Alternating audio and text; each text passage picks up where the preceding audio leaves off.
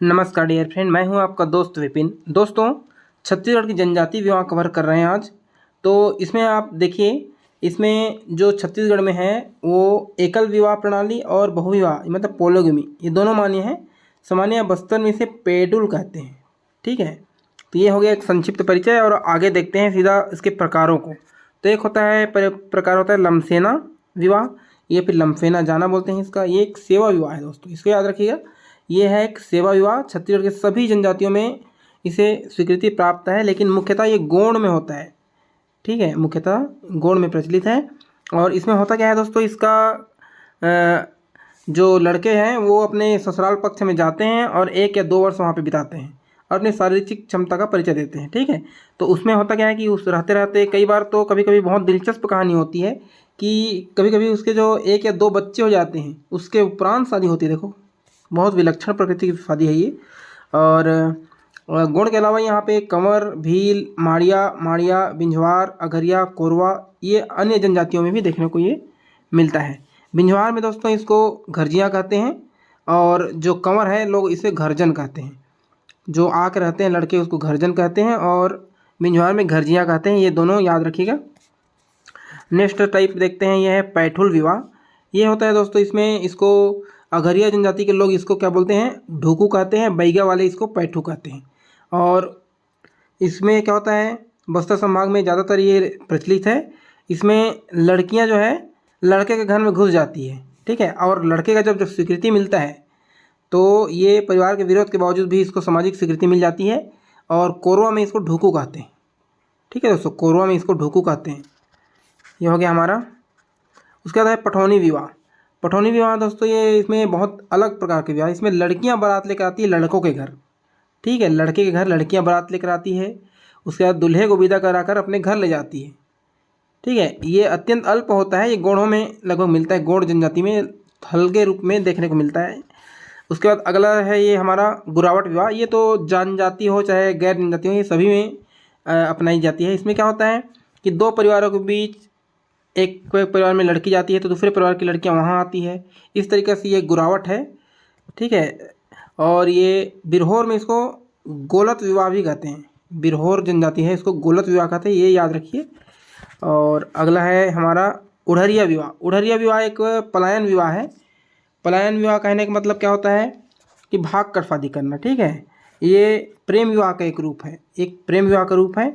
लड़के लड़कियां पसंद किए, भाग गए, हो गया उड़हरिया। ठीक है, माता पिता की अनिच्छा के पश्चात भी इसमें मेला मड़ाई में या फिर बाज़ार में मिलते हैं।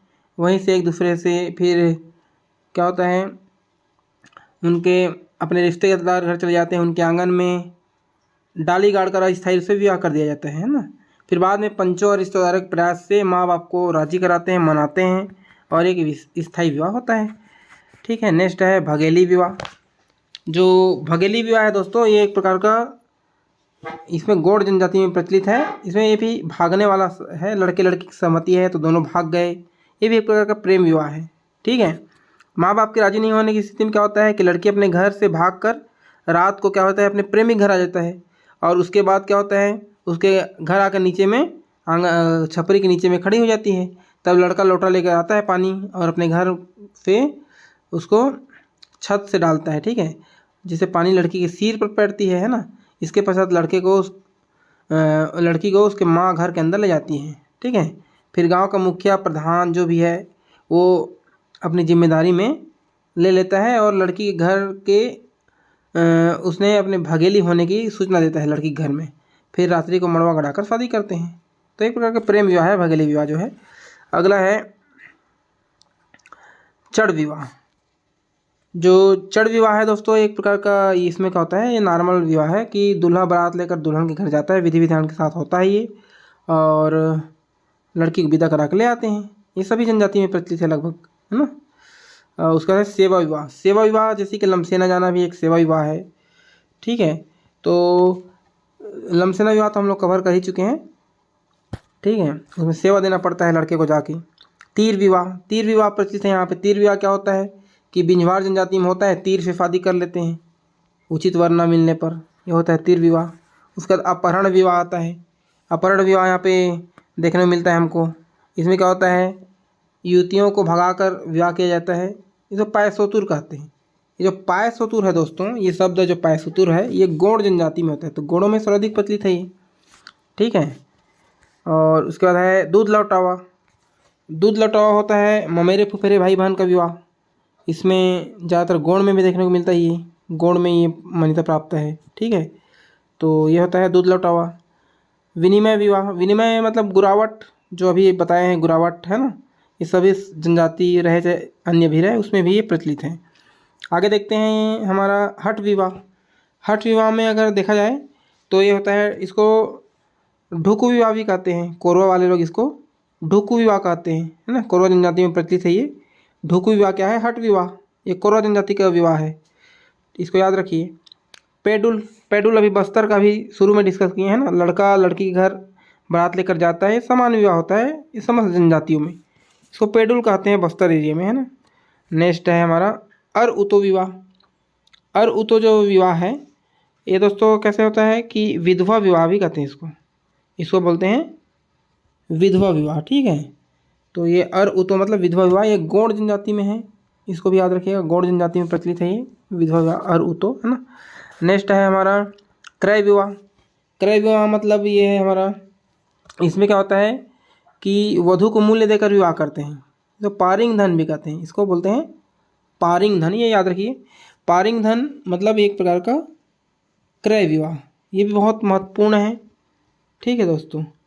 तो ये जो पारिंग धन है ये होता है क्रय विवाह, ठीक है। तो इस तरीक़े से ये हो गया हमारा। अगला देखते हैं, यह गंधर्व विवाह। गंधर्व विवाह दोस्तों होता है, इसमें लड़का लड़की द्वारा एक दूसरे को पसंद करके विवाह करते हैं, इसको बोलते हैं गंधर्व विवाह, ठीक है। तो इसको भी याद रखिए, गंधर्व विवाह किसको बोलते हैं, तो लड़का लड़की एक दूसरे को पसंद करते हैं, ये प्रेम विवाह है मतलब, है ना। और उसके बाद आगे देखते हैं हम लोग, ये गंधर्व विवाह किस जनजाति में होता है, इसको याद रखिए, परजा में होता है। परजा जनजाति में ज़्यादातर गंधर्व विवाह करते हैं, इसको बोलते हैं गंधर्व विवाह, ठीक है। प्रेम विवाह है एक प्रकार का।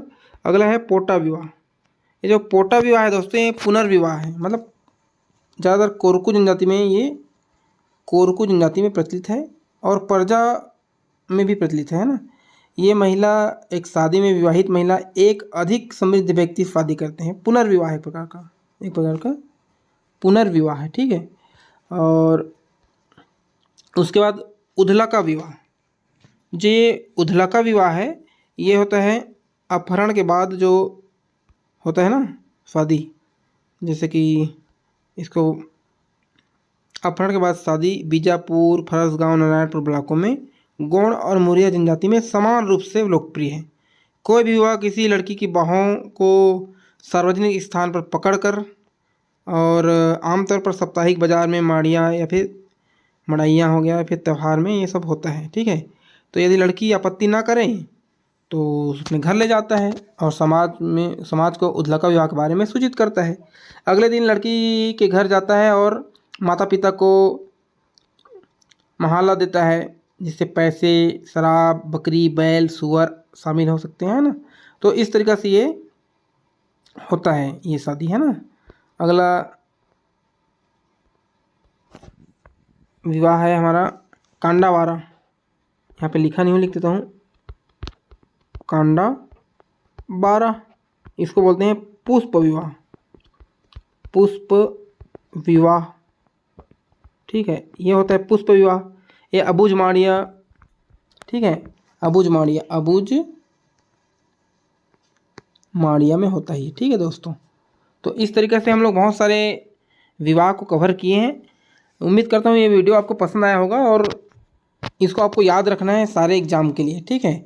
तब तक के लिए, अभी तक यहाँ के लिए, और हमारे चैनल को ज़रूर सब्सक्राइब कीजिए दोस्तों, और शुरू से अंत तक वीडियो देखा करिए, अपने दोस्तों को भी बताइए। उसके लिए आपको बहुत बहुत धन्यवाद।